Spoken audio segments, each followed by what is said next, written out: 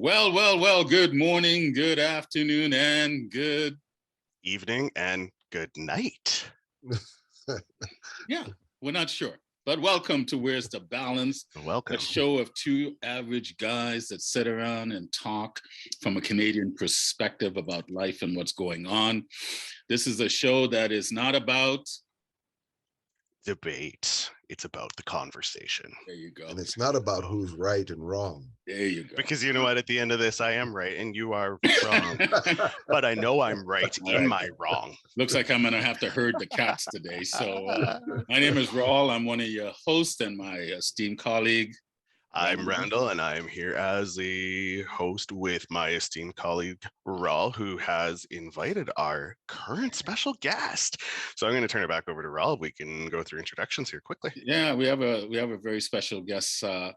One of the beauties of coming out of COVID with all the poetry Zoom rooms was meeting and connecting with many different people from around the world. And we have one of them today by the name of T.A. Niles, who has a rich background. We're going to get into a little bit about who T.A. is in a bit. I'll just tell you this. T.A. and I shared the same air back in the day. We were both born in Trinidad and Tobago. We went to the same school at the same time, only to connect years later in a Zoom room because of poetry. So it's really great to have him. Really looking forward to getting into conversations and seeing what he would like to talk about, as long as some of the things we want to talk about. So we're going to just really jump into this, and so we can have as much time as we can with TA. And as Randall and I usually do, if he passes the acid test, we might ask him to come back. We'll see what this young man has to say. We will see. But let's get into it. We usually, what we've been doing over the last little while is covering the news of the day. What's the headlines? We don't dive into the stories. We just want to see what the media is putting out as headlines. So the news of today for Wednesday, October 19th, the headlines that I saw, and this is all online, starting in Canada, CTV, which is one of our national television broadcasting, their top headline was RCMP officer killed in BC. We had another police officer here killed in Canada, which is very rare for us. And we've had a number. We had a police officer right here in Ontario, not too far from where I live, that was killed. Since I've come back, I think we've had 3 officers killed in Ontario. And I know in TA in the States, it's almost seems like weekly we have men and women in blue giving up their lives. Annual inflation rate was down 6.9% in September, but food prices keep going up. CBC, which is another one of our national broadcasting system, both radio and television. Food inflation soars to 11.4 as overall rate dipped to 6.9. So overall, inflation came down just a tad, but food just keeps going up. And these prices are the highest since 1981. The Globe and Mail, which is one of our national newspapers, CSIS, which is equivalent to the American CIA, found no foreign actors were involved in the truckers' convoy protest. Surprise, surprise, as much as our government tried to make it seem like it was something that it wasn't. CNN, I decided today, let's see what some of the left organizations are saying. Putin declares martial law on various Ukrainian regions. That was actually a top story in a couple of other news outlets. MSNBC started with Putin again. And then the other top story on MSNBC, Senator Ron Johnson made comments about the January 6th inquiries, to which Democrats were up in arms about. And the House GOP were taunting around diversity, that how diversity and these men that are opposing diversity are still predominantly white men. Once again, everything has to be racialized. So can't be just, that doesn't make sense. USA Today, Los Angeles elects a new council president after racial outbreak. I don't know if you heard about this, Randall. The president of the LA council was caught in a I don't know, audio making racial disparities against another member whose son is half Black, and this member was white, and she's Hispanic. So when people tell you only white people could be racist or make those kind of remarks, that's a big lie. That But is they a big elected a lie. new person. She was ousted. Biden says that massive infrastructure act will fight climate change. Okay, Really? so that's interesting. That is. Let's see When what has else. infrastructure ever fought climate change? Yeah, I know, I know. Oh, but USA Today was the only one that had a positive good story on their front page. And the story was of a dad who met his sister after 24 years. And they had a video of it. That was the only good feel good story that I could And find. let's just pause for a second. That's a real good feel good story. Yeah, it is. What's that? Reunite that, like, who the hell knew? All those things, right? Like, there's some good juice in that. Well, it's funny you said it, because I was talking to a buddy last night, and we got into, doing a Zoom call and chatting, and we were just talking about all the negative things and what's going on in our lives, and then what we're seeing in the world. And then I texted him. I said, next time we have that, we talk monthly. I said, next conversation, I want us to focus on only the good things in our lives and what we see in the world. I want to see how that conversation would go, because I have a feeling it might be challenging. I have a feeling it might be challenging. So I went, because we were talking about how do we change all this, and I was thinking about it. And I said, I don't know how you change this unless things blow up. I accept I live in a world where there are people that just want to blow the world up. I understand how people see the world, or I understand how people want the world to be. I get that. But I accept how it is today. And I think that's part of the problem. We have two different visions in how people see the world. So it'll be interesting. I'll follow up on that. And then the New York Times, UCLA students, legal scholars, and put California universities to hire. Oh, I should learn how to speak. They want the universities, or California universities, to start hiring undocumented students. So that was one of the top news stories by the New York Times. So, like I said, we don't dive into these stories. We just want to see what's being said. And I decided to add the American flavor today because of our guest, T.A. Niles. So, T.A., you send me a bio, which I'm going to use when we post this podcast up. But since you're here, I don't need to read it. There you go. Tell us a little bit about TA before we get into whatever we get into today. Oh man, that's tough, but I'll do this pretty much the standard. You've already said, I originated in Trinidad, and got to the States about 51 years ago. I've never gone back to Trinidad. Went to Brooklyn, Hartford, Connecticut, joined the Marine Corps, went to Puerto Rico after that. I mean, I can go on and on. I've done a lot of things. I've been a janitor. I worked in a paper mill. I was a headmaster of a charter school. I taught at universities. Oh, I didn't know that. All this. So, it spans the gamut pretty much. But like I said before, no matter where I go, I'm a foreigner. And no matter what environment, I'm a few standard deviations away from them. Let's unpack that a bit. Yeah. It's not, why do you feel like you're a foreigner wherever you go? Because I don't think of countries necessarily with the lines on maps. I mean, I know they exist, obviously. I had to get a visa to go here and a passport to go there. So, that is reality, right? But still, people in cultures and collectives tend to adhere to certain practices, ways of thinking, being, etc. And no matter where I've been, that doesn't match up with how I would want to be, think, act, etc. So, I've been living in a hostile environment for 62 plus years, and I'm not out of gas yet, but damn, it's getting near that red line. Okay. So do you think a lot of it is the way you see the world, or the way you understand things is it how it should be, or not so much how it should be? That's not the right thing. Is it? It's not. Last week we ended the show, and the question was: are we receiving reliable information to have healthy political conversations? That was going to be the start.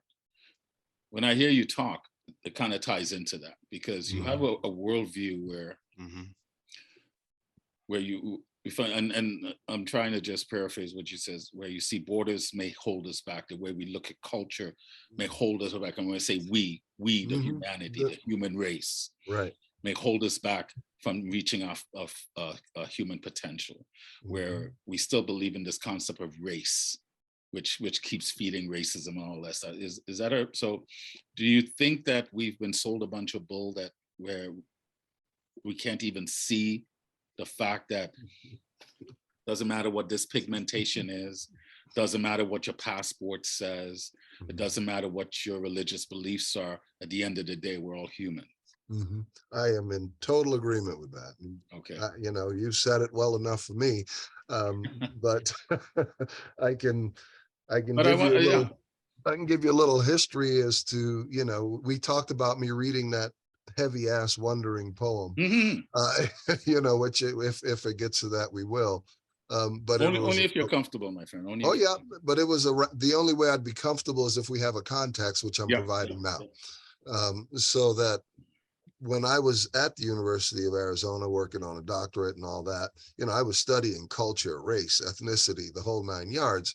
And I also belonged to Rawle Iam, which was a big online group of graduate students, and mostly of African descent.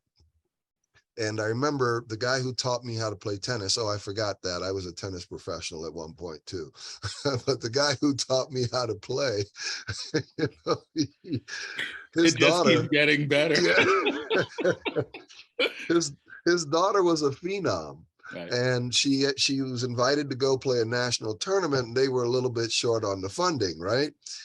So I reached out to this community, this African-American community, because that's a word. It was the Black community, this, the Black community, that, blah, blah, blah, and by then, I hadn't peed out all the Kool-Aid yet, so, you did not yet have the bleach. That's right. So anyway, I reached out to this group, right? And I mean, there are thousands of people on this group, and it's not like they didn't know who I was. I was pretty active in this group.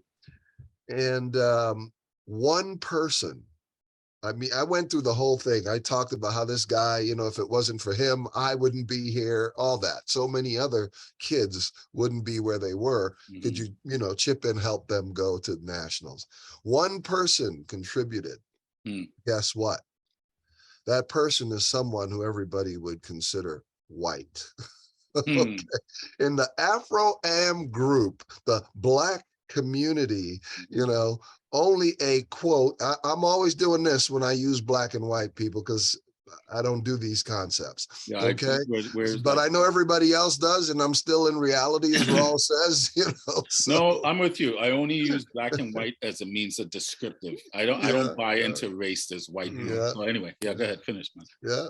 So anyway, along with all the stuff that I was studying, writing, and all that experience kind of, smacked me upside the head. And I was like, you know what? And it's not like that was the first time. It was kind of like, the apex, so, the crescendo. Yeah. Anyway, I start saying, you know what? This is all a whole bunch of yakety yak, all this black this and white that and all the others, when it comes right down to it. There's no community in the way I was defining it. You know what I mean? What community? Because again, I'm a big word person. I wrote papers on Black English and all this kind of stuff. And so I'm a language person, so I know what community comes from, what it meant to me at the time. And fortunately, I've realized, I've come to accept that, you know what? the way language is today, anything can mean anything depending on who's using it. So I got to let go of some of my. So anyway, yeah. So people are people in my mind, and their skin color, to me, just says what they look like. Yeah. It doesn't tell me much about who the person is. Just like a name, that's it. Exactly. Yeah. We could have said, okay, everybody with a nose bigger than 12 centimeters, oh, they're the noses, or the hair color, all the blondes. You have to be careful saying that. You sound a bit nose phobia to me. So nose phobic. Yeah, that's me. Nose phobic. So let me ask you this. Having that kind of experience, and like you said, the apex that just, the straw that broke that camel's back, going, wow, everything that I thought I believed, I drank the Kool-Aid, is just not what it is. Mm-hmm. Do you remember how you felt at that time? Oh man, practically devastated. I think I was practically devastated because, and I'm, even at this age, as I continue to reflect on my life and how I've lived it and the things I've thought and how I've behaved and so on, it's still a bit deflating to realize, dude, you know nothing. You've been going on a track that's not leading to where you thought you were going, kind of a thing. So we were sold a bunch of bull. Yeah, yeah. Malcolm said, we were bamboozled. Anyway, sorry. No, it's gone. Don't worry about it. Okay. I had a thought, and it'll come back. Well, you know how we roll. If it comes back, just interject. So we don't get into this. Oh, I was talking, you didn't listen to me nonsense. No time for that. But Tia, I can relate to that because early in my corporate days, well, not early, as I started to gain some traction, starting to move up in more responsible positions, I got involved very early on in race relations stuff here in Toronto, and I went to a number of meetings and a variety of different people, black and white, would attend these meetings. And very early on, and so I'm like maybe in my early 30s, I realized you guys are talking about race relations and improving race relations, and yet it sounds like a bunch of racists in here, and particularly coming from the ones that look like me. So I was just like, wow, I don't know if I want to be involved with that. I'm not down with that, because my experience very similar to yours. Kid born in Trinidad, grew up in Brooklyn, I moved to Toronto, lived in LA, jumped into the corporate world. I didn't go to university like you. I didn't do the military, all that. I did sign up for the delayed entry program, and I decided not to do it. But my brother followed suit and was a U.S. Marine and spent time in Okinawa like you did and stuff. So we have that similarity, not just Trinidad and all that. Excuse me. And growing up in the States, growing up in Brooklyn, I think, we had, in the last place we lived, I think there was maybe one white family. We lived blocks away from Crown Heights, and where a lot of the Jews used to live, and there was still a few around, but and we really didn't mingle. And the only time we mingle, that's why when I was reading the portion of the dissertation you sent, I was like, damn, this guy, it's like, did you have a camera following me around? The only time we interacted is if it was something negative or violent. Right. So when we go fishing on our bikes and we have to ride through the Italian neighborhoods, and, oh, the niggers are here and they come chasing after us. It was almost a game. I always wondered if, and we used to do the same thing when they came to our neighborhood. I wondered if we actually caught each other, what would we do? Because we were kids. But that experience in getting involved with race relations really early on started to open my eyes. I didn't quite piss out the Kool-Aid yet, like you said. I'm gonna steal that. I like that one, yeah. Yeah, I love that. But like even living in Kelowna, so I left Toronto and lived in Western Canada, a place called Kelowna, British Columbia. When I first got there, all I heard was Kelowna is very small and very white, and there's no culture. That was like a constant thing I kept hearing. And I found that problematic. I go, what do you mean there's no culture? Are you saying there's no culture, there's no diversity, or there's not this? I go, okay, if there's no culture, then I see Chinese or Japanese, you see white, but you assume all white people have one culture, just like black and all this stuff. And I go, I don't buy that. And my experience living in this place that was supposedly so white was completely different than what I was warned about. And the stuff that I was able to do in a place like Kelowna, British Columbia, which was so white, should not have happened if what they were telling me was true about this place. So that's when I started to open my eyes. And this is when I started to go, there's something not right. And this is when I think I first came across Thomas Sowell. I think I'd mentioned him to you, TA. If not, I'll send you some more stuff. I'd mention it to Randall. Thomas Sowell is it's kind of my ad hoc official mentor. He's an ex-economist that was born during segregation. He knows what it looks like. He's experienced it and lived it. Does not believe America today and most of these Western countries are racist. Are there issues? Definitely. But anywhere there's more than one person gathered, there is issues. But this thing about systemic racism, he goes, no. And so he didn't just go, no. He goes, here are the facts. Here's the data. The data is not the end of everything, but it's a place to start. Let's start here. Let's look at this. He looked at police interaction and, and the killings of young and all these things. And it was just like, oh, I don't know anything. I only know what I've been told. I only know what maybe I've seen a little bit, but I don't really know anything. So he was the one that opened my mind into saying, I know I need to start doing my own research and understanding what's going on. So I'm like you, when I talk black and white, I don't mean race. It's just a matter of descriptive. And I only use it if the content that we're talking about needs further clarification, because in that case of the story you just told, so that father and daughter are black people, part of the so-called black community, and yet the one person that wants to support them isn't black. Now, my question to that, and there's honor in that, but I have just a question, and this is because we dabble in racism or lack thereof, or the belief of what we've been told, the juice, right? Is there a sense of obligation when, and I mean, clearly I am, different in the sense of, you got your hair coiffed. I got my hair coiffed.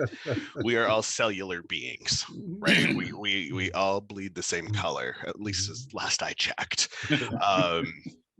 But is there like a feeling of obligation or a sense of necessity from other cultures, other communities to support or to assist somebody that is visually different? Let's use that, because it's not racism. This is what's been drilled in our head, right? So we're talking about like we're done drinking the juice. We've cleansed the system. We know what's going on in the system outside of us. Is there that belief? Like, oh, this is like church Sunday morning crowd, right? Like, I have to put my donation in the bin because the person sitting next to me is going to see me put my donation in the bin so that I can keep the church going. Is this that same kind of concept that if I don't go outside of my own culture, community, people, whatever it is, and support my brother or my sister at a cellular level, that I'm going to be, the lesser person in this community, or I'm going to be just like them and maybe I want to be like, is there that thought? Can I jump in on that? Oh, yeah, go right ahead. I'm asking the question. I mean, I think you're hitting on something, that's pretty poignant. But again, Rawle and I, we've talked a little bit about victim power, right?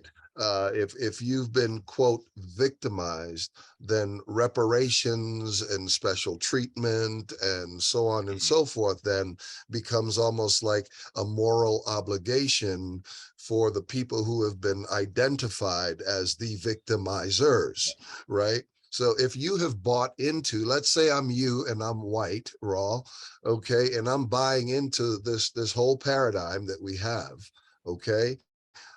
If I'm feeling bad, it's my fault and my people and my ancestors. Now, it doesn't matter, Rawle, if you have been kind to every other human being you have run across in your entire life? You mean You are Randall? supposed to feel guilty because such a thing as slavery or internment or, genocide or, all the things that, I mean, according to history, and I don't know how true history is, but I guess I'll take everybody's word for it. There was genocide and slavery and all these things, and they were all perpetrated supposedly, at least that's the narrative, by this one group with pale skin. Of course, if you go far enough back in history, so-called history, you'll find out that's not necessarily the case, but that's the Kool-Aid that we have had mixed for us, So it's difficult as a human being trying to feel good about yourself, right? When everything around you is trying to pour, as much guilt as they can upon you. And my question is, how does making people feel bad predispose them to do good? Other than that whole guilt thing, well, I better do this, because what happens then is if and I'm no psychologist, but from all my observations, and I've been observing people for 50 years or more, regardless of whether I was in a university or not. Okay. If you make people feel bad, whether they acknowledge that or not on the surface, the residue, the internals are going to be there. So that's why somebody like me was awfully shocked and in trauma when our pal Trump won the election, because I'm like, there's no way. That's just not possible. It's just not possible that somebody like this could be elected the leader of the free world, all this whole business, right? But the people who are smiling in your face, okay, internally, I know I wouldn't feel very good. Let's say the tables were turned and you kept trying to make me feel bad when all I have done in my entire life is to try to be a good human being, as best as I can determine. Well, eventually that's going to build up. And when I have an opportunity, when I can go into a booth where nobody's watching me, okay, and create some havoc, okay, I'll be like, oops, I can't do that, can I, on the show? And that's a good word, havoc, because I think that's what Trump did. It created havoc. And so I wouldn't be surprised. I was no Trump supporter. I'm still no Trump. I'm no supporter of any one particular person or party. There's certain things I like about a lot of things, but one of the reasons that question is because I went, it's going on 5 years now, my father passed. And when my father passed, I took that as an opportunity to kind of blow my life up, and all this community work I was doing in Kelowna. I figured, you know what, I need to start doing some of that with my family and start bringing us back together. So I blew up my life and I moved down to Phoenix. I was living with my brother. Phoenix, Arizona, yeah. He's and I got following me. Huh? He's following me. I'm following. There you go. So that's why I said we have so many parallels in our lives. So anyway, I went down there with my Canadian attitude, because us Canadians, we sit up here with our noses up in the air, sitting above you, the 49th parallel, thinking somehow we're doing it better than our American cousins and we know better. Bullshit. But I went down with that attitude and thinking I know about Trump and Trump is this and that and blah, blah, blah, blah, blah, blah. My brother is like, he goes, you sound like CNN. I go, what? Dangerous. He goes, you sound like CNN. He goes, you know nothing about Trump. So I said, okay, educate me. So we started talking, we talked more. But I'm not a person that just wants to talk. I want to find out for myself. So I like to move around. So I went online and I wanted to see what young Republicans movement or groups there were. And I found one, and young Black entrepreneurs, and I found this, and Latinos, and I went to these different groups, and I started going to some of the open mics in Phoenix and started talking to people, and I started to realize, I know nothing. I know nothing. I understand America to some degree, but I knew nothing about this topic. And I started realizing how people actually, the ones that I encountered, I can't say everyone, but the ones that I encountered, how they thought of Trump and how the media projected him. I started realizing, oh my God, they've done a masterful job on convincing us to hate Trump. Previous to Trump announcing he was running for president. Majority of people love Trump, from The Apprentice. Black communities always kind of looked up to him. My brother's going, under Trump, young Black Americans have never done this well economically. Latinos, even indigenous, poured a lot of money into historical Black colleges, poured money into the hood, actual monies into the hood for programs around entrepreneurship, all the stuff that you'd never heard from the media. So he's telling me this. And then I went and talked to these young people, and they were telling me a different story than what I was hearing. It was like, and then I remember talking to this older white man, and he said, one of the main reasons many Americans turn to Trump, they're not racist, they don't hate America. He goes, they were pissed off. A lot of them were pissed off. A lot of them that initially formed the Tea Party, that the Tea Party wasn't living up to what they were supposed to do, turned to Trump because people forget about the financial meltdown of 2008, 2009, and all the bailouts. Wall Street got bailed out. Main Street was left to drown. And many Americans were not happy with that. Then when Obama came into office, he had an opportunity to do something with Wall Street, and he didn't. He let him off with a pat on the back and money in their pocket. And I think that just pissed off a lot of Americans. So I'm curious, why did it piss off a lot of Americans, Rawle? I think because they got tired of seeing those that blow up systems or those that are very wealthy getting bailed out when they cause shit, when they cause things to go bad, and the bag is always left to the middle class or the average American Canadian to carry that bag. And I think they've had enough instances in the past since 9/11 that highlighted that even more. And I think that one thing, I remember when they were having all these hearings and Obama, summons all the big CEOs from the investment banks, thinking, okay, they're going to get their due, and nothing happened. You can almost feel like this gasp of disappointment. At least in the political circles, people that I talked to, they were just downright gutted by it. Do you think people have really bought the I'm going to use this Kool-Aid thing an awful lot today. Do you think people have bought the Kool-Aid just at a much deeper level than we are willing or able to acknowledge? Do you think that, whether it's Trump, Obama, Clinton, whoever, you name it, Trudeau, you name it, there's this myth, there is this Kool-Aid that, oh, well, this person's going to fix it, or that person destroyed it, or, Trump didn't destroy anything. Obama didn't fix or destroy anything. This system is set up in such a way that it is guaranteed, because Trump, Obama, none of these people could be in a position to do anything without a whole lot of other moneyed individuals running the show. Well, exactly. So this whole idea of but my point, for me, Trump was symbolic. I don't know Trump. All I know is what I heard coming out of his own mouth, and that was enough for me.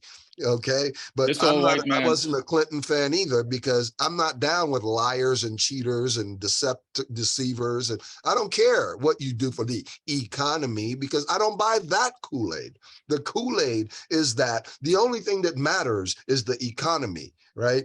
Keep it simple, stupid. I'm like, yeah, keep it simple and stupid, because you got to keep it simple for the simple-minded. But no. Think, people. And to answer your question, that's it right there. I think many people started to realize, because they still believed in the American dream. They still believed in the US Constitution. They still believed in the US government. And they started to realize, oh my God, you guys really don't have our backs. You really don't have our best interests at heart. So this is why, like I said, I'm no psychologist. I've not done any, but I believe this is why many people turn to Trump, because at least he's a complete outsider. That's a I myth. drank the Kool-Aid. That's a myth. That's another myth. Trump is no outsider. Well, Trump is a billionaire that helped run shit. I agree, but I'm just telling you what I think they think. Okay. What they think. Because you can't get to Trump's level and not be political and not be involved. You already know all the players, but you're not in the everyday throes of what he calls the swamp. Look, at the end of the day, they're all playing a game to get elected. And it's usually the same people that vote. And it's usually, today, I don't know if this has always been the case, but today I believe the vote is just to make people feel that they have some sort of say or control in their lives. Our votes don't matter. It does not matter, because if you look at the policies that we say we don't want, they still get rammed through. Biden just passed this infrastructure act that is supposed to, or Inflation Act. If you understand economics, you don't pour more money into the system when the system's already flooded with money, and think it's going to have a positive effect on infrastructure. So most people don't know. Sorry? You have to take it out. You have to take it out. You have to completely draw it out and expose the beast for what it is, not keep funneling money to it and hope that majority figures out that this isn't working. But hey, you're in here to save the day. But most people aren't going to know that, because they have just been conditioned to listen to do what you're told. And our politicians and our government have our best interests at heart. They do not. We started talking a bit about race and they love to use this argument that the reason Black America is still living the way they do is because of slavery. Now, first of all, Black America, although Black America is only 14% of the overall American population, where was I going with that? 14% of the population, 14% of the population didn't elect Obama. Because of that 14%, maybe 6% votes. How do you explain Obama? So the majority of the votes came from white people. Or did the majority of white people with money that wanted him in power, because I believe he served a purpose. He kept that narrative going. And Obama talked out of both sides of his mouth. I drank the Kool-Aid. I stayed home from school. I was teaching at a college, and I stayed home so I can watch the inauguration, because I was like, never in my lifetime I thought I would see that. And then very quickly, I realized you're no different than all the others that came. You're just there saying what you need to say to get elected. You got elected. And then when it came for re-election, he played the race cards like they always do. It's a Democratic playbook. So I think a lot of people started to realize they got bamboozled. Now, the problem with Trump, it's not so much with Trump, is that there isn't alternatives. And the true alternatives, whether it's someone from the Libertarian or even a Communist or Green Party, don't stand a chance to win anything. So you're stuck with two devils. Choose your poison. Biden, Trump, or Trump and Hillary. And I personally think Trump, just like Obama, was purposefully allowed to win because they wanted this to happen. It just created the cradle got blown up. The hands that rocked the cradle got blown up. And maybe they couldn't control him. I don't know. Trump is not a stupid man. I don't believe he's a racist. I just believe he's an opportunist, like all of them. And they like every business owner out there. Yes. Like every entrepreneur, find the thing that you love, that you can market, that you can sell, and do that thing if that's what drives you. That's entrepreneurism right there. That's what it is. And so at the end of the day, I don't know, but I did, for me, I just realized what I was told about Trump from the media didn't reflect, because if you go and you forget all the noise and just look at the policies that were implemented, and not just implemented, the effects that it had. Trump was one of the best presidents to come down the pipeline in the last 50 years, just based on his policies and how they worked, particularly in these areas that people keep wanting to talk about that really don't exist when we talk about Black America. Because Black America is 14%, and they're acting like all Black people are living in the hood and struggling. And yet you have two supposedly Black men here that have had a completely different experience than what they want you to believe. So this is what opened my eyes, this is a perfect moment for me to jump in. Yeah, jump in, brother. You have two people, you know, if I thought of myself, if I continued, and this is why that poem, I think this is why I was willing to read this thing, even though, you know, I have a different mindset now. But if you lock into this Black man, white man, Chinese man, whatever, you know, you behave in certain ways. Yes. Because when you both, and again, I've studied in group, out groups, not just academically, but just in general, you know, to be a part of an in group. So like even in this poetry thing, you know, I'm an out group member, right? They you know, if I were quote serving the Black community or the Black people, you know, I'd be embraced big time, right? Especially if your poetry is about victimhood, yeah, you know, but because that's not, I don't identify in this way, I don't behave in certain ways that are expected. I mean, that's in the intro to my dissert as well, Rawle. You know, once they figure out, oh, wait a minute, you know, he looks like us, oh, he speaks like us, but wait a minute, he's not doing all the other us things, you know what I mean? And so then you become, again, I'm a foreigner, you know, from whichever way you want to look at it. You know, on the other side, you've got the people, oh, he's one we can talk with and he can help us understand a Black experience, you know, all this sort of thing. But once they figure out, oh, he's not doing the Black thing either. Well, guess what? Okay, now I'm no longer the pet, the poodle, the, you know, the cool thing to have, you know, I have one of those friends and, you know, all this sort of thing. So I don't care what your skin color is, man. You know, I'm looking, how do you behave? How do you treat people? Since we are going to have categories, we can't help it. That's the human composition, right? We can't help categories, but how do you select your categories? Do you select things that are just easily available to your eyes and your ears? Is that how you determine how you categorize people and things and whatnot? For me, the answer is no. For a lot of other people, the answer is yes. You know, how do you behave? But Tia, do you think a lot of our categories, I mean, because you spend time in this world, do you think a lot of the categories that we have in our society today, you know, like around race is a category, right? Do you not think it came from academia? I mean, I understand race. This, you know, we didn't catalog ourselves like this race-wise previous to the American version of slavery. We didn't. Now, that didn't mean discrimination and prejudice didn't exist. You could trace that all the way back into ancient Greece and so right. It was there.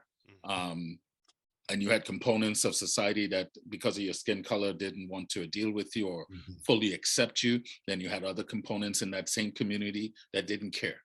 So that's been a consistent theme throughout history. But it's only around, you know, after the American Revolution, so around the early 1800s, when scientists got involved, because I truly believe one of the reasons they created the construct of races from the American standpoint. Remember, America didn't create slavery. Slavery's been around forever. And that's one of the big myths. People act like America created slavery. She did not. Did America use slavery? Hell yeah. So did most countries on this planet. Everyone on this planet, I don't care what your skin color is, can trace back in their ancestry and find that somewhere someone was a slave or a slave owner or whatever. We've all gone through it. All civilizations, all colonizers that built their wealth used slavery as a mechanism for that.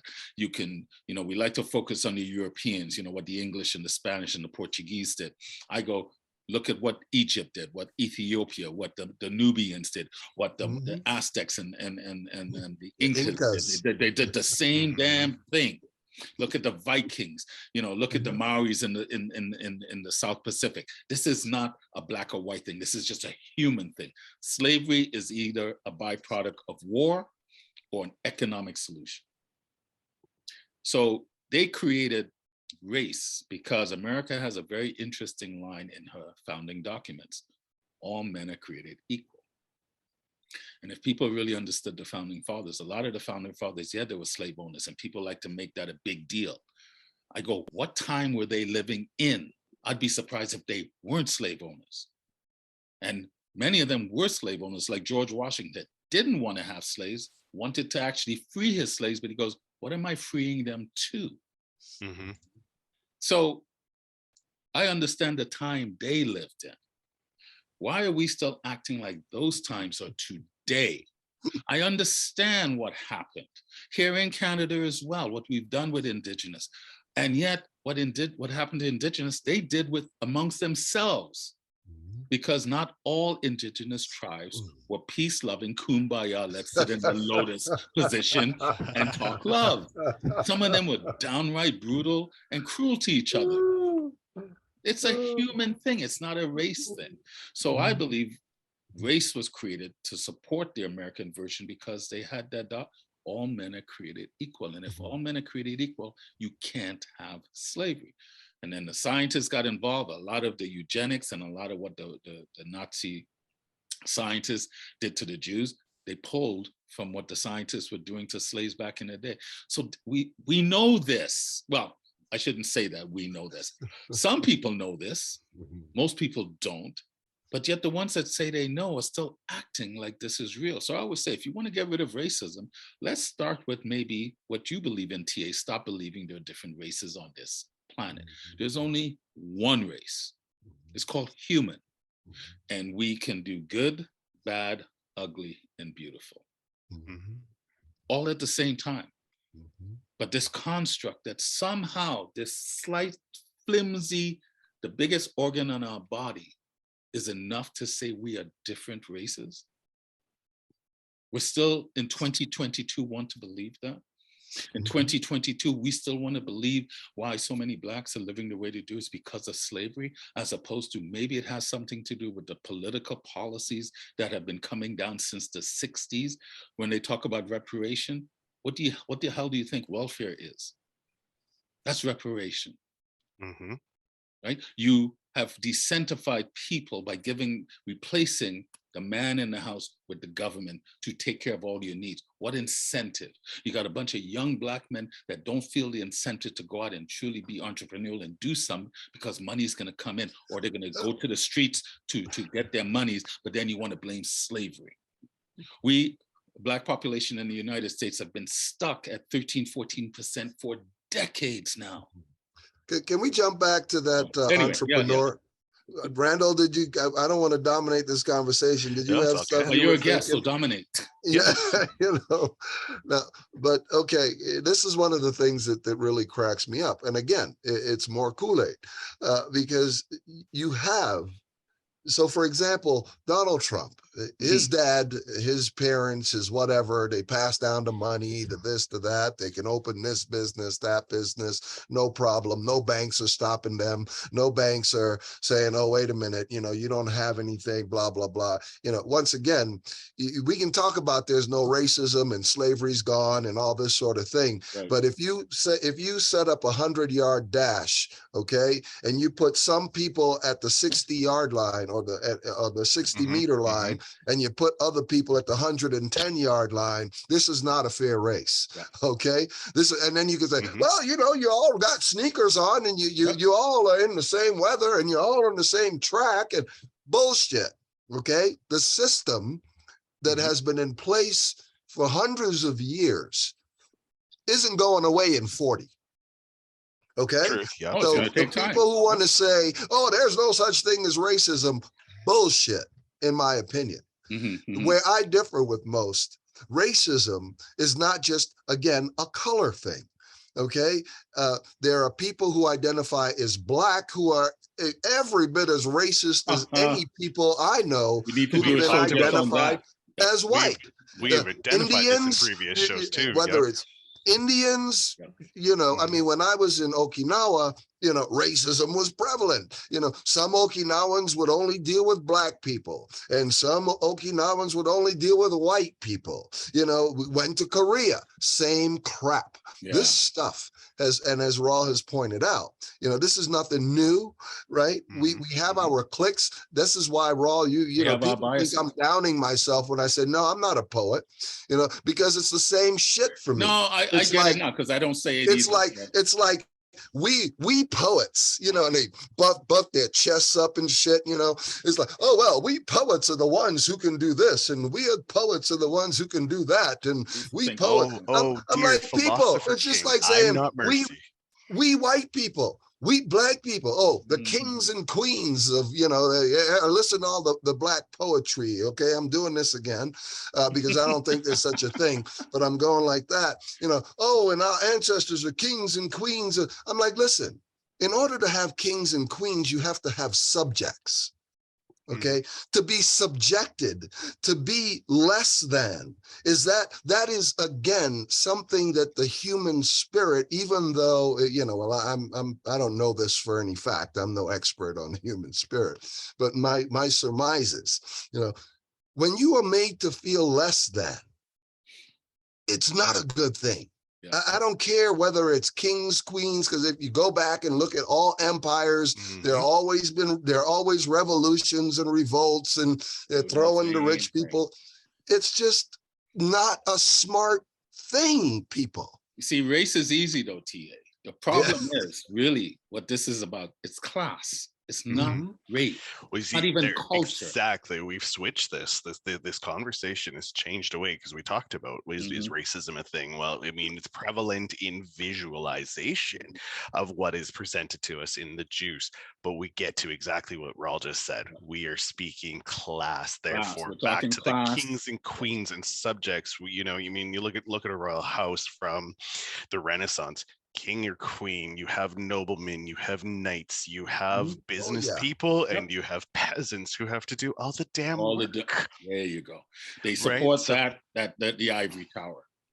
But one of my poems, I go, yeah, I do come from kings and queens, but I also come from the racist, the teacher, the banker. I come from the street cleaner. We come from a variety of different things, not just one thing. I understand, but to your point here, the reason why they hold on to the kings and queens so strongly, because they have that victim mentality. And when you have that, you're going to cling on to anything to try to lift yourself. Yeah, to lift yourself. So I get it. I hear what you're saying about the system. I still don't think that. Well, let me start by this. The system today is flawed. It's gone off kilter. I think I shared this with Randall before. Back in the 30s, 40s, even the 50s, the average CEO made 10 times more than the average worker. And that was an acceptable ratio, because these people of business are the ones taking the big risks. So of course they're going to get more. Makes sense. If you're a business person, you do the same thing. Today now, it's well over 150% to 1. That says to me something has gone sorely wrong. Now, I understand what you're saying. That's what I'm saying. Those things that you said were true, because there were things like redlining and so forth. We know Jim Crow and segregation laws that hindered Blacks. Yet even during those times of segregation, Black people still succeeded. The problem is we don't hear about it. We don't hear about what truly came out of the Renaissance, the Harlem Renaissance, and all the positive businesses that we built and the wealth that Black people built. How many millionaires Black people were created during that time, during segregation still. So I hear what you're saying.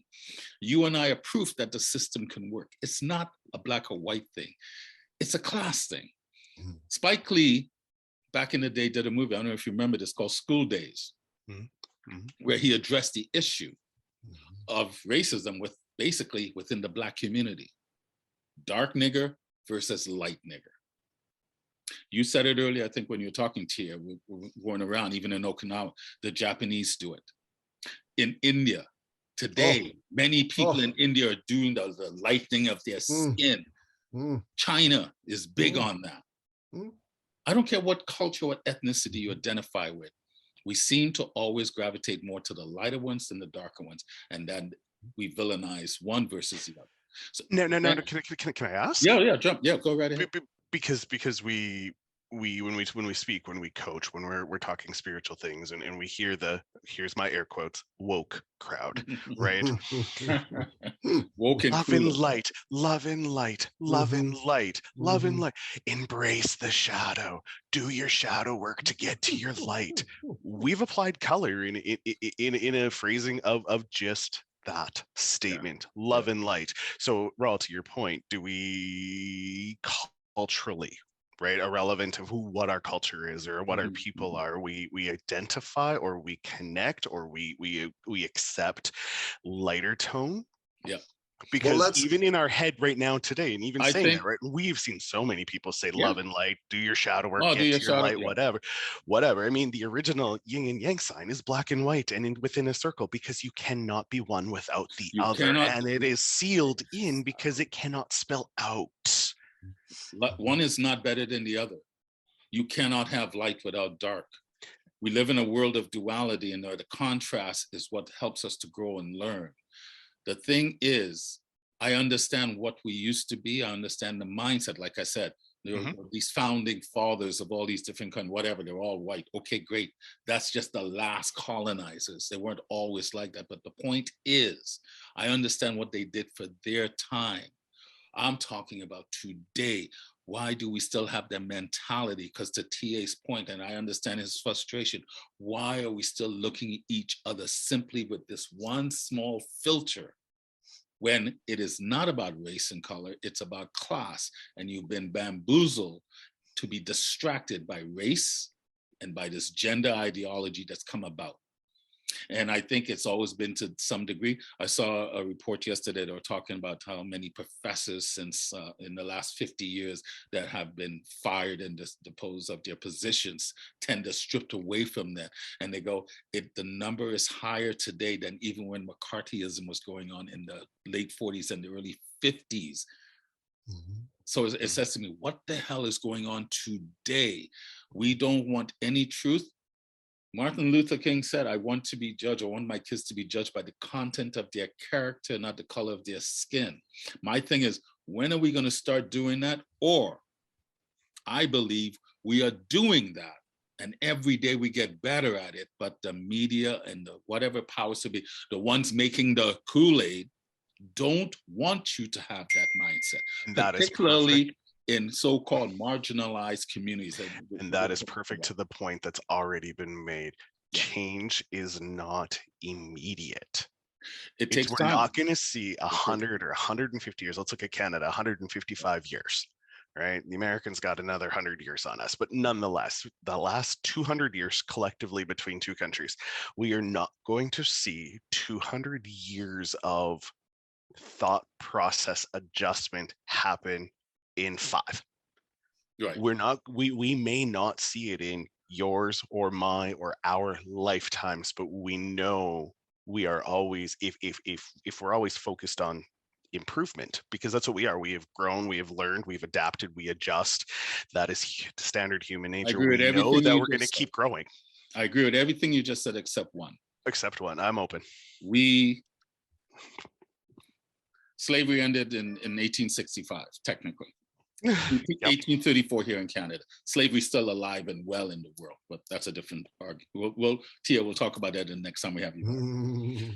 But so in just over, not even 200 years, look how many white people that were conditioned to believe a lie have moved away from that. In a short space of time, they have moved away from that. Now, okay. I don't care. I got a question, Rawle. How do you know they've moved away from that? Externally, I mean, we can definitely say that the zeitgeist, that culturally, socially, the verbiage, the rhetoric says we've moved away from that. Okay. If you examine human behavior, not at this big level. So for example, I'll just do a little personal speaking, and I don't know who has this experience, because again, I don't know what the Black experience is. There's no Black, it's your experience. But my experience is people who identify as white, right? As some, not all, not even half. I don't know what any number is. It seems as though they feel like they're doing me a favor if we are friends. Right. It's almost like, look at how big, and look at how, open, and all the good things that we spout. Let me show look you at how cool woke I am. I'm right. woke. I'm woke. Right. Whatever the terminology is, yeah. It's almost like you're doing me a favor by being my friend. Yep. And yet, as soon as I'm not doing what it is you would like me to do, right? It's a whole different story. Yep. And that you could see this within and outside of groups. That's why I said many have moved away.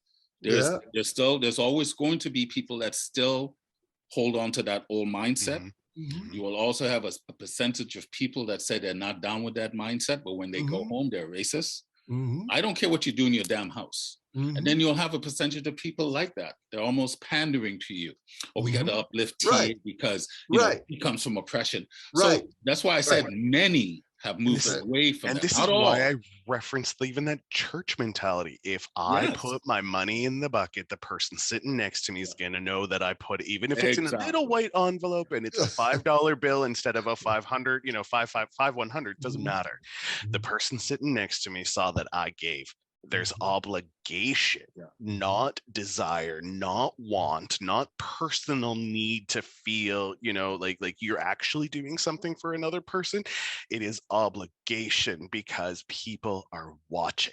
Gesturism. Yes. I call it gesturism. Yeah. If you guys, I don't know if this was news in Canada, but did you guys hear about the Harvard study? That Harvard did $100 million study, looking at the relationships between their institution and slavery. And did you guys hear anything about that? I believe, yes. Something. Look that up. I'm like, okay, so you spent $100 million, right? To say, look at how good we are. We're studying our relationship. How many quote Black people, Native American people, or what are in this country that you decimated? If you did the numbers, let's just stick with the 14%. Let's just say whatever number, pick a number. Let's say 20 million, 30 million, right? You could have given every single one of those people $3 million and had money left over. Every single one of them. You could have uplifted if you really gave a shit. They don't give a shit. Exactly. They just want to say, look at us, aren't we cool? This is gesturism. It is all these land acknowledgements. I'm like, look, I don't need you telling me you stole my land. I already know that shit. Give me my land back.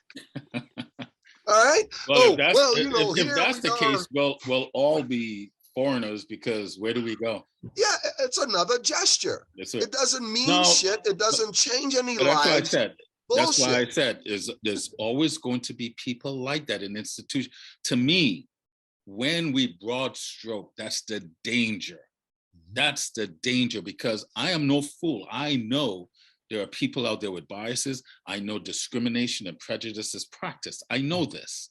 We have our own biases. We all do. This thing about systemic racism, I'm not down with. I don't see that today. A lot of times when we talk in these discussions and arguments in politics, we are acting like the 1950s or today, or what happened in the 1800s happened. I understand what those institutions and those people did, what they were doing for their day, but I'm talking about today. And so am I. That's why I will send Steph in to the bank. No. If I want to get something done. Brother, that's what I'm saying. Okay. I know it still exists. That's why I will send Steph into the bank. All right. Even if we go to get tires, right? Even if we go, I'm like, you know what, Steph? Why don't you go and do the talking and get the price all set? Then I'll come in. My brother does the same thing. The one in Phoenix. When he has, it exists. Sometimes he'll get Not denying it. That's the thing. I'm not denying it doesn't exist.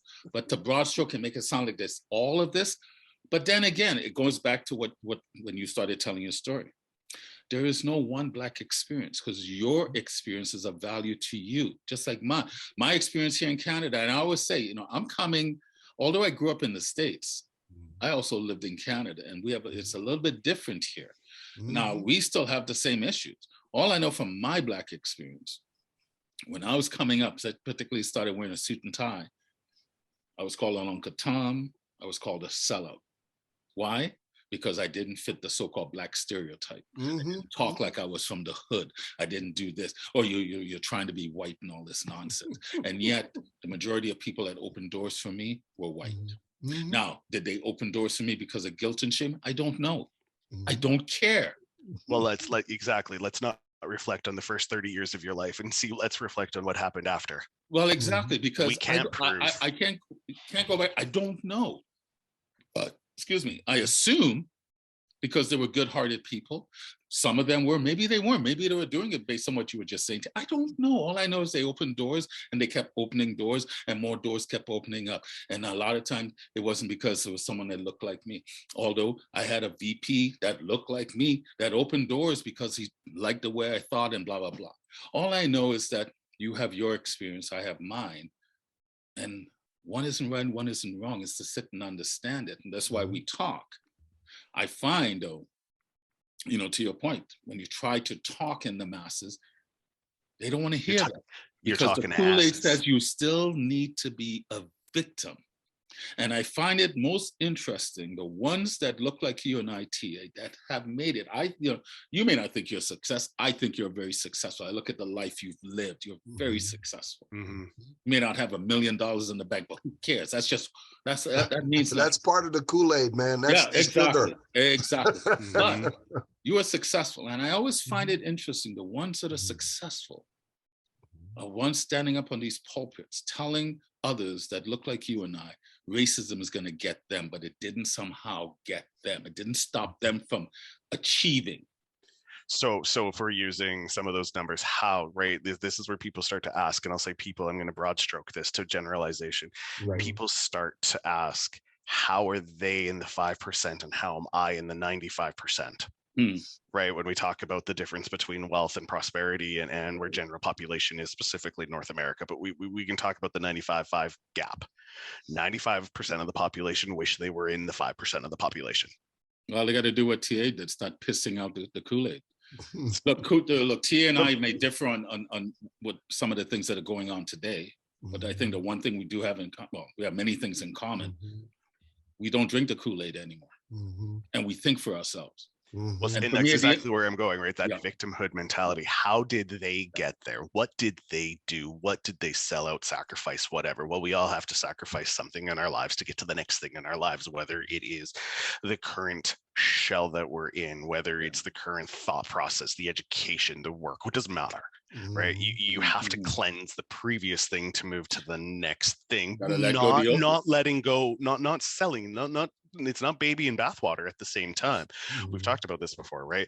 This is not a whole brand new dining table. This just means we're adjusting what's around it to see this doesn't fit where I want to be. This is not my narrative.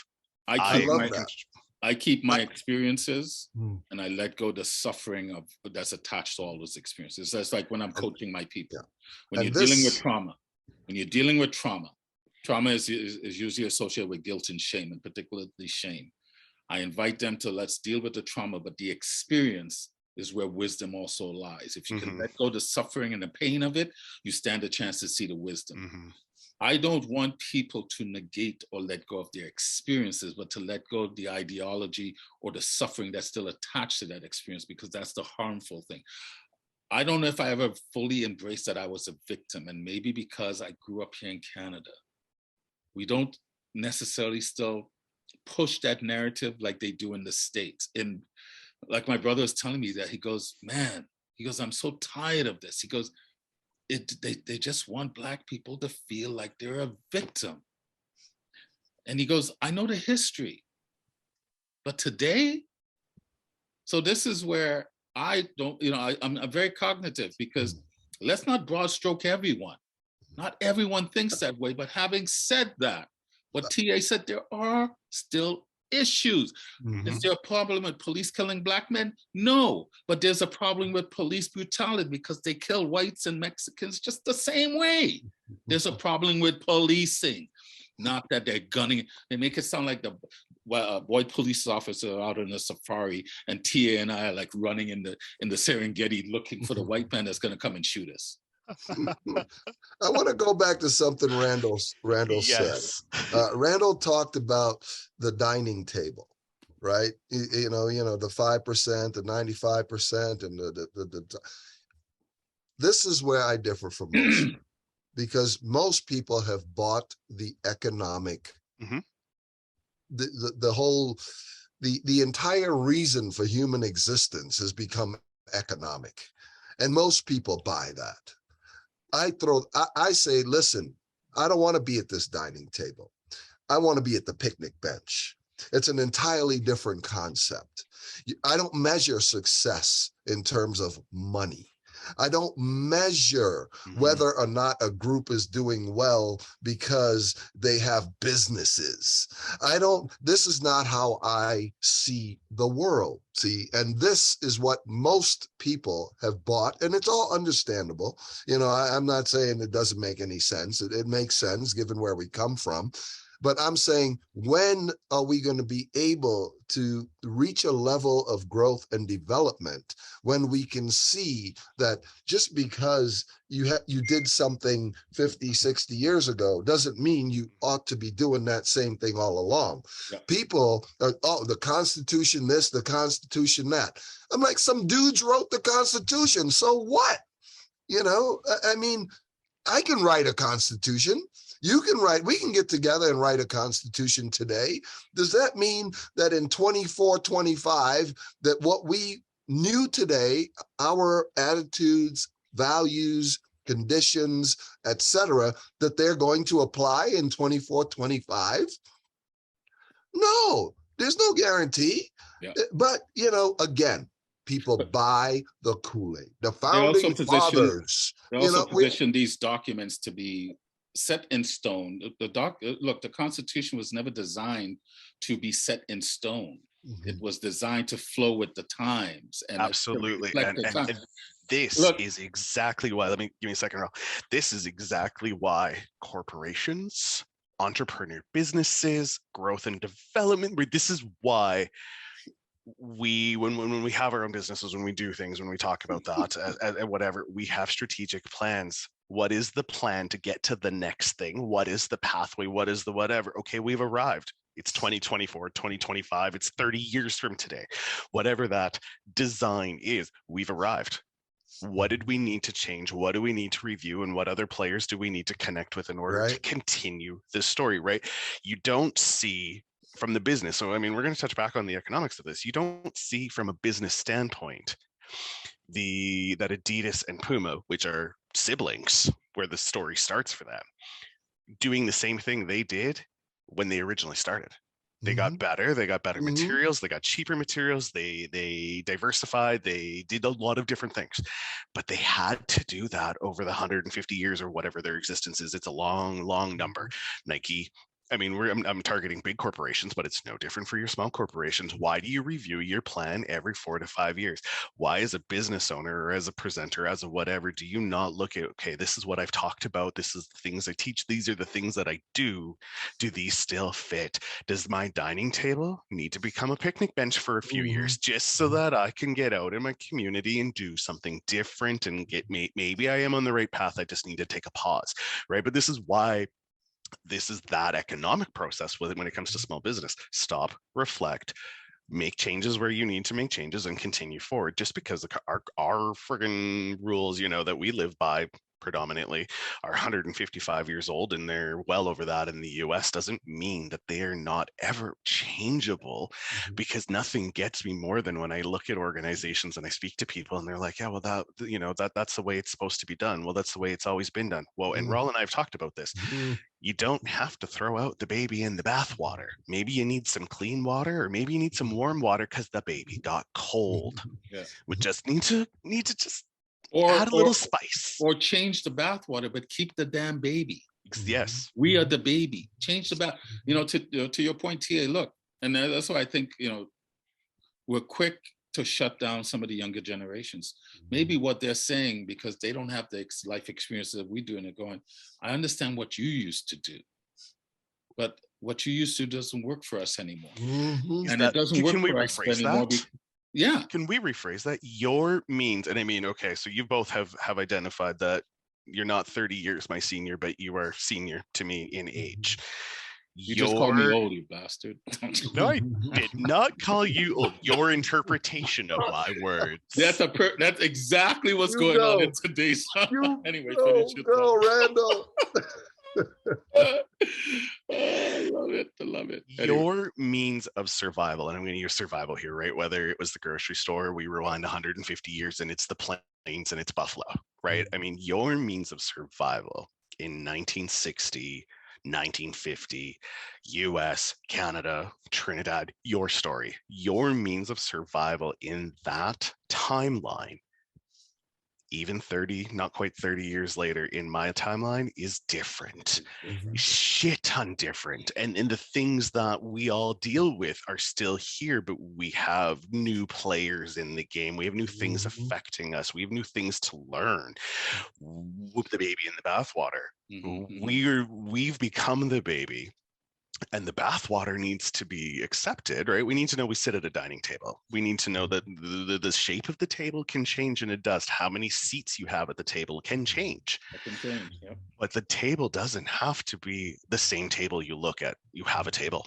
And this Do is you have a what table, goes and back. do you invite people to sit at? Do you invite to learn from individuals who have lived, witnessed, experienced wisdom, right? We're having this conversation right now. Do I ask my kids for lived experience? What is it? What do you feel? How is school today, right? I mean, my oldest just started high school this year.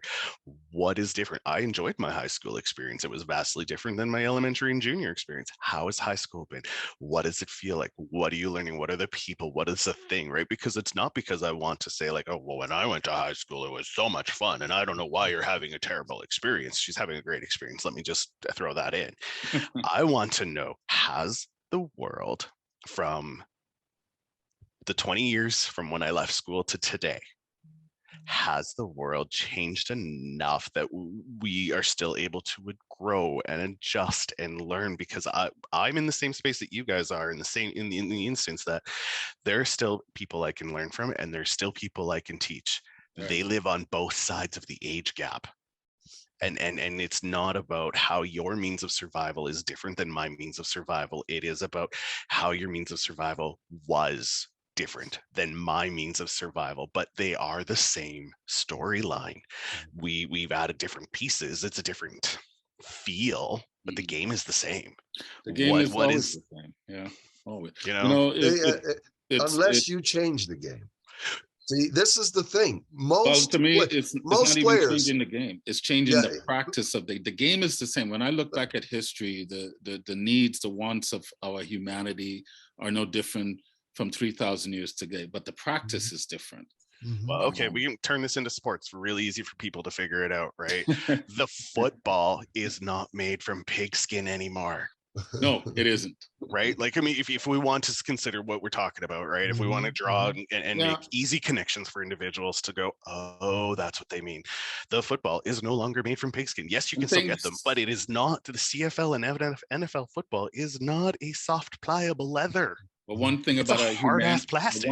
One thing about our humanity, guys, we are always resistant to change.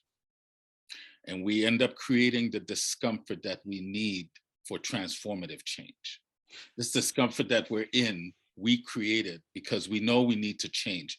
We don't always do it voluntarily. We don't always do it consciously. But there's been a pattern in history that we end up creating the same discomfort that's required for transformative change. Because at the end of the day, when I say, I'm no historian, I don't know a lot. I do love history, but when I look at the times, say 3,000 years ago to now, there's a lot of the same political strife, a lot of the same concerns, a lot of the same, TA talking about, well, it's all about economics. It was still about that then. We didn't necessarily focus on money the way we do today, but we were focused on, I need to get food, I need to get shelter, I need to make sure my family is safe. The staples of life. Today. And we practice differently. The game is the same game, but the practice of how we go about it is different. And then the more educated and the more technology comes into our lives, then we start breaking breaking things down and wanting to analyze it, and which is a good thing, but sometimes we analyze too much and we don't take into account what we're seeing, and we don't involve all our senses and abilities, not just feelings, but reason and logic experience. Wisdom is not something that lives in the future. It lives in the past, attached to the experiences we've had. We don't want to look back to learn. So my thing is,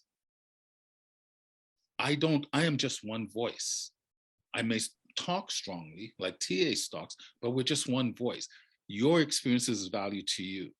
The question is, if we want to change this world, what the Times for me is asking, is your internal house in order? Because if your internal house is in order, you're more than likely not going to get triggered by a lot of this nonsense. Doesn't mean you're not going to get involved. Doesn't mean you're not going to fight for change. You have to change. People are not just going to stop putting money in their pocket because it's the right thing to do. Some people won't. Trying to get some of these people out there doing all this race relations and this equity and diversity training. I used to do that, and then I stopped because I saw what they were really pushing, and I go, I am not down with that. But that's my conviction. So I decided I'm not going to put money in my pocket because to me, that's like blood money. I don't want that. I don't want, in all my clients, in all the years I've been a spiritual and leadership coach, I have never once encouraged anyone to embrace victimhood. I invite them to embrace it, to understand why you chose to be a victim, just like I did when I did my internal work. And then what did you say, TA? I made the choice to let go of childish ways. For me, you want to do that, that's fine. That's the beauty of supposedly we're free. But we end up broad stroking everything where we can't have conversations, going back to, the phrasing that we were going to use today. Are we getting the right intel to have these types of conversation? And I think when we talk about that overall big umbrella from the institutions that's supposed to be matter most in our lives, because at the end of the day, you're still getting up to make money. If you don't buy food unless you really know how to forage, unless you know how to hunt. What are we doing? Can we have meaningful conversations, dialogue, discourse, to understand each other? Because as much as Tia and I may have a lot of similarities, we don't always share the same thought, but that's okay. That's the richness. That's where sometimes we sat down and keep talking. This is where brilliance comes from. This is where some of these great ideas come from. Can you step out and stop thinking you know it all? Because I know this much. And I want to hear why you think the way you do, even though inside it may trigger me. But who the hell's in charge of you? I don't have to give in to those triggers. I am not a minority. I'm not oppressed. I'm not marginalized. Period. I am human. Black is my walk. I say that with pride. Not race, just pigmentation. Just because we need to identify markers. I don't care. At the end of the day, are you human? To me, the biggest problem on this planet, I don't care where you go, is, do we really value life? To me, that's the big thing. Do we value life? Because to TA's point, we get disguised by race and all this nonsense. All I see, one of my poems, all I see is humans denying other humans. And that's been consistent since we came out of the caves. This is why I talk about the isms, Rawle. Yeah. Because, and again, that was another great writing when you sent me the piece of the ism you wrote. So. Yeah, I'm no historian and all that, but again, I don't need to go into a classroom. Yeah. I don't need to, there are stories you can observe. Of course, I go to class, et cetera, but bottom line, when I look, so for example, people will apologize, like the gay experience, the gay experience, right? Just like the Black experience or the white experience. You notice you don't hear a whole lot about the white experience, but that's another topic. But bottom line, and this is what I wrote, I have the piece, the ism paper, I talk about this through history. The issue is access to resources. And in every culture I have ever heard of, some people had more access to resources than other people. Right. The whole race thing or gender thing or whatever, culture, bottom line, we are trying to categorize ourselves to figure out who has more access to the resources, and if it's, and we are so egocentric, it starts with me, I, then my family, then my neighborhood, then my country, and it's all about me, because we fail to realize, not just cognitively, but we fail to internalize that we are all part of a collective organism. And if you destroy, it's like my hand. I have another hand analogy I use. What if my thumb decided, you know what? I'm better than my forefinger. You know what I'm saying? I deserve more of the blood. I deserve more nutrients, and the pinky. Oh, look at that pinky. Look at it. It's just so small and weak. Is your thumb having a we should just get rid of that sucker, right? Yeah. How is my hand going to work, people? It's not going to work. And this is what we do. We all want to feel so, this is cancer, right? A cancer cell goes rogue, right? It's like, I'm better or different or whatever. And then it just infests the others. And this is what we got, people. Yeah. We don't have the consciousness. We have not developed enough as a species to realize things that other species that we consider inferior already understand, right? Whether it's understand cognitively, maybe not, I don't know. But they realize that, you know what? When you hurt any in the environment, the entire environment is hurt. So people are, oh, well, it's the black people. Well, you know what, folks? You might look this color and you might do damage to that color, or you might be this gender and do damage to that gender, or you might have this much money. All of this is the same stupidity.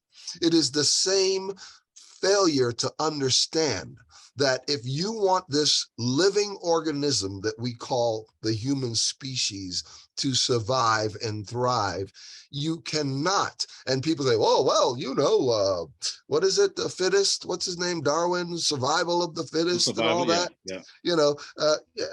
Folks, do logic. I don't care what, that's my problem. I don't care what Darwin said. I don't care what Sowell said. I don't care what Jesus said. Listen, I can think, I can observe, I can feel, I can, I can make generalizations, but I can also go from deductive reasoning to inductive reasoning, right? And again, no, you can't. Not today. We don't, you have to have one of the. You can't do both. Yeah.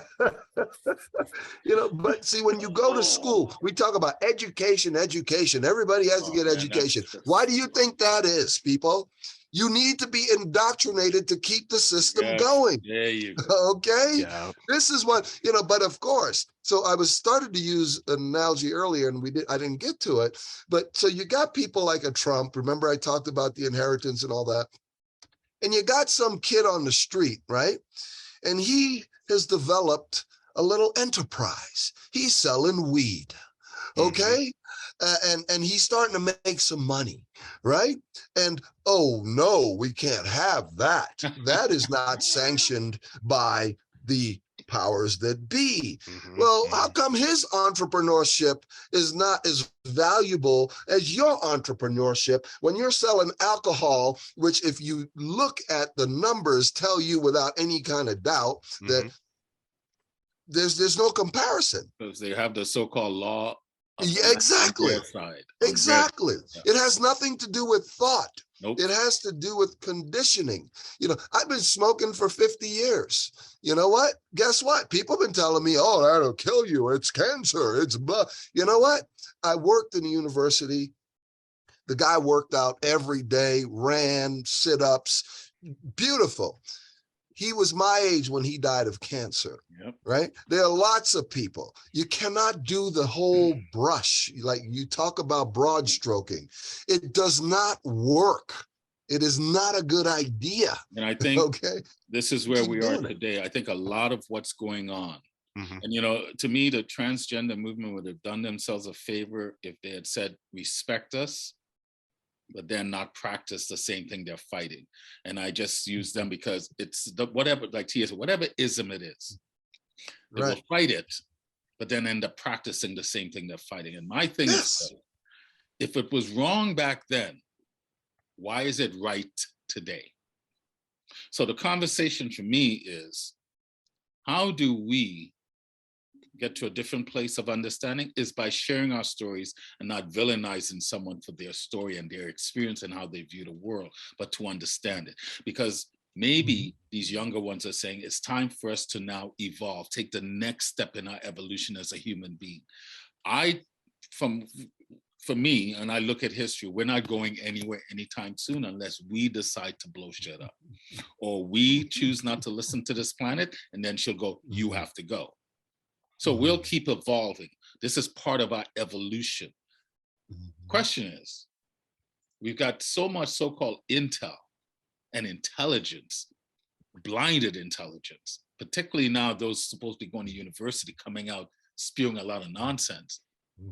And like, are we now purposefully dumbing ourselves down so we can justify these isms that we still want to live with, as opposed to going, that's what we did. It served us for those times. How do we move past it? And to me, it's not that difficult. Can you accept a human that you see in front of you? You can only do that if you really understand and know the human inside of here. We live on this planet. In a number of my poems, I wrote there's 5 things. There's many things we as a people have in common. One of the biggest lies we've always been told is how different we are. We are not different. We have different needs and wants. Definitely have different needs and wants. I don't know the needs and wants you have, TA, but I do know this. We breathe the same air. We walk the same earth. We drink the same water. We all come from woman, and death will visit us all. That's what we have in common. And I'm bound on this planet just like you by gravity. And if that's the case, we all have the same needs and wants. The question is, how do we go about it and get it? How can I help TA live a better life? How can I help my friend Randall live a better life, as opposed to, well, I can't help Randall because he's white or blah, blah, or he's Jewish or... And I am not serving you out of obligation. And you know, like, how do we remove all of those fibers that have become society? Because what I'm hearing TA say is like, we want to move our evolution to the next run on the ladder. And we feel like we're stuck in this, and we're not stuck. How do I know? We have done this many times before throughout our history. But so we're living in very dangerous different times now. So anyway, we're watching the time. Go ahead. Sorry, that's exactly why. Your question was, what are we purposely dumbing ourselves down? And I kind of missed the rest of it, just trying to listen to it all. You remember your question? Are we purposely dumbing ourselves down to keep living or keep practicing the isms that TA says? I agree with him. All these isms are the same issue, the same problems.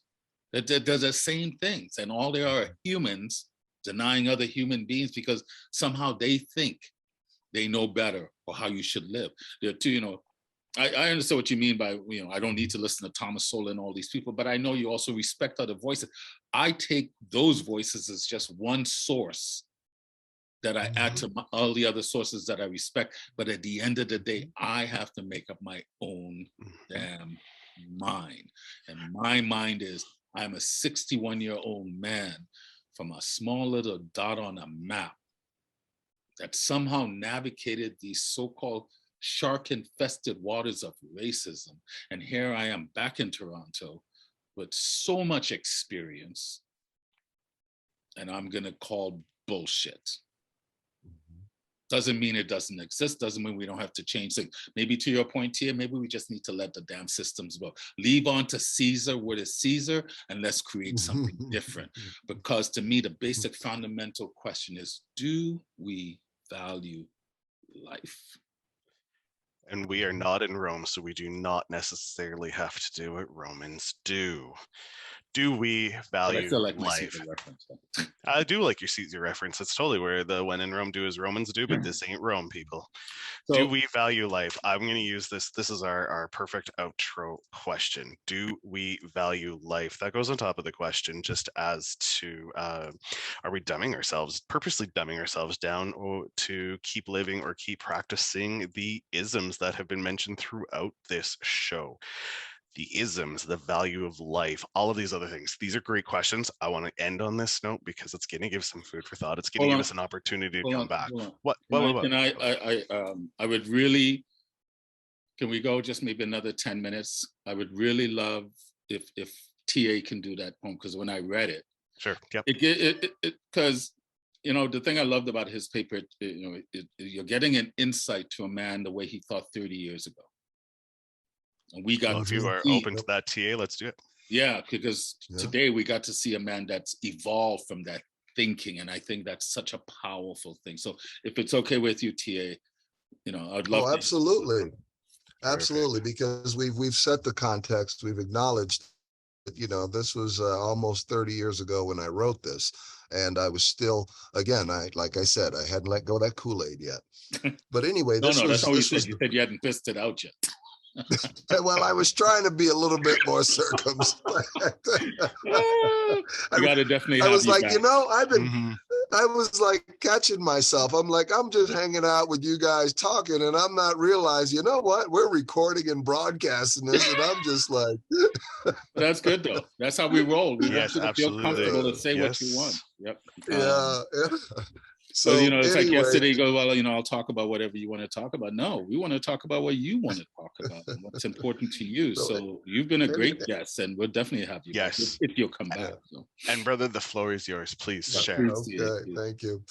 And again, this piece actually led off my dissertation. And it goes. It's called Heavy Ass Wondering. We all wonder, right? I mean, I bet you are wondering something right now. Yeah, we all do a lot of wondering.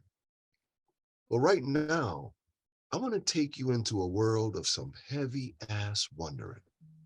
Maybe it'll make you wonder some more. This was written back in 1995.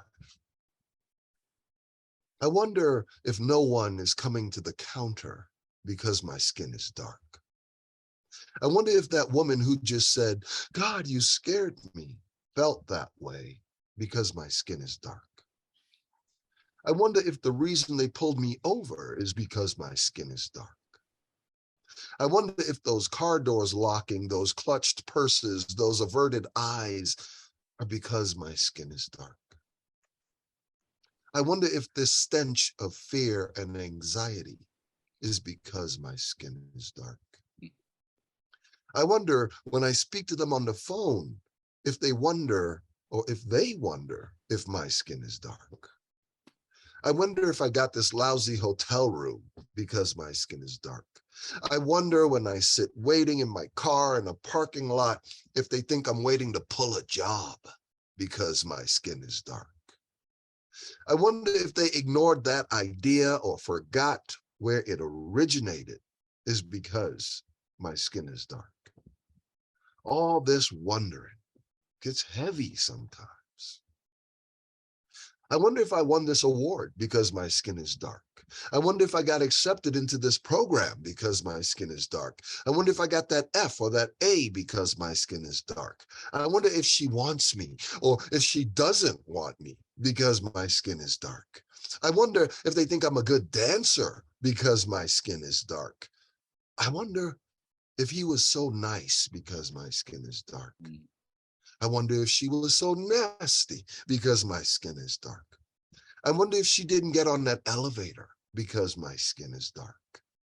I wonder if there are suddenly no more vacancies, why the apartment was just rented, why things are all sold out.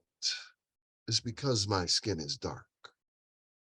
I wonder if they think I said that, did that, thought that, felt that because my skin is dark. I wonder if they know what it's like to feel like Samson without his hair. Hmm.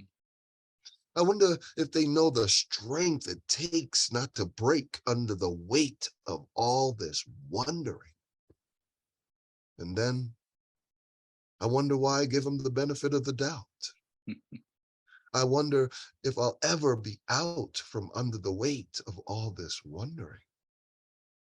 I wonder why I should have to dwell in this wacky world of wonder and peace, as my friend Rawle would say. Brilliant, just brilliant. And you know what? Freaking It's still amazing. apropos. It's still relevant. It is still relevant. But the key is, I don't do all that wondering anymore. No. I'm not under the weight of all that wondering anymore. Because you know what? If whatever reasons you're doing what you're doing, you just keep doing it. Yeah, I'm just going to keep doing what I'm doing. Yeah. And it doesn't matter whether you think I'm doing it because I'm dark or you, whatever. The bottom line is I'm responsible for my behavior, Exactly. my emotions. And, you know, I think I wrote about, did I write about that, Rawle, in high school when the kid called me nigger? Did I write about that? You know, yeah. See, back then, I lost that match. Because I was totally emotionally discombobulated and spent the rest of the match trying to hit that kid. He was smarter than me. Got into your head. He got into my head. Yeah. Nowadays, he could say that. I would laugh at him and kick his ass on the tennis court. When people call me nigger, I just go, I love you too. Thank you so much. Right. Thank you so much. So anyway, brother, this was, I loved it. I walk into these things without expectations, and I just have hopes, and my hopes were fulfilled because I knew this was going to be a robust conversation. I saw your comments that you made about our last guest when we had Trophy on. Yes. And you talked about how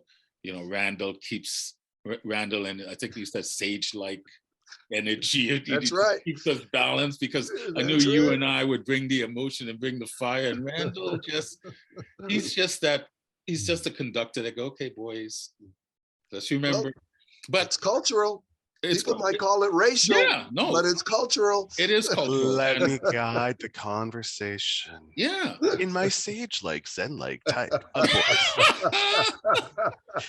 But it's important to be able to have conversations where there's nothing wrong with speaking with passion and right. It's not personal. You said exactly. It's like what you said at the end here. This is what we need to get back into teaching these young ones. It is about personal accountability and choice. Yep. I am only in charge of me. I'm not even in charge of the thoughts that show up, but I'm in charge of the thoughts that I put into the world. There you go. There you go. There you go. And that is not color, religion, or anything. That's strictly you. Sorry, Randall, go ahead. No, it just sounds like a repeat of yours and my conversation, even from Monday. Just there's so many elements that like connecting the dots again, right? How many times do you have to hear the same message or the same type of wisdom from how many different people before you get that like, oh, I hear it now and I get it now. We can still lose it. We can still get out of track, and we can still, because we're fundamentally flawed that way. That is like, we had that moment to like, we moved, we get it, we can see past it. And then you switch back because you're just like, whoa, I was safe over here, right? There's just that fundamental flaw that you balance it. You have to know that you came from somewhere and you're in a new somewhere. And if you go back to that somewhere where that supposed safety, you don't see my air quotes, or you do, that supposed safety lives, because stepping outside of the box is uncomfortable. And it's always been. And it always been. But you know what? You had to, let's rewind a millennia.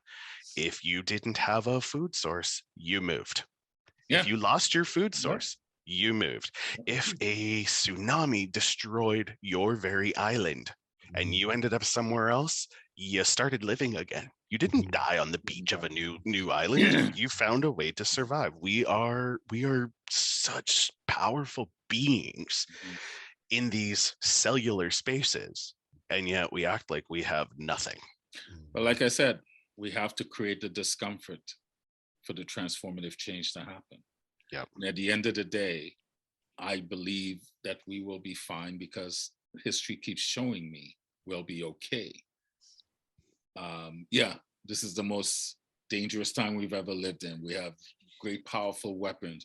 Is it the most educated we've ever been? That could be debatable. Let's debate that some other time. We have the greatest technology and all these wonderful things, but at the end of the day, we kind of both touch on it. When you're afraid to change, you will hold on tooth and nail to everything at your power because at least I know this devil. The other one scares me because it's unknown. I don't know what's going to happen.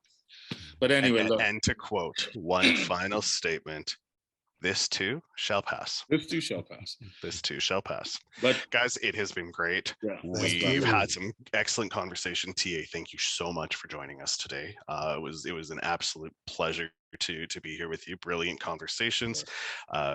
So as we did not know each other prior to this, I totally feel I have stepped even just a small step into your life and your experience and where you are today, and I'm very thankful for your sharing of that. He's just a better looking version of me. Which is also debatable. What, that I'm good?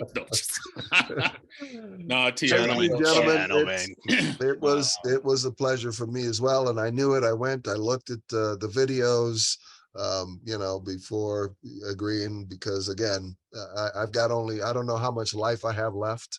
The life that I do have left, I want it to be enriched, enhanced, and to contribute to the enrichment and enhancement of whatever is in my sphere of existence.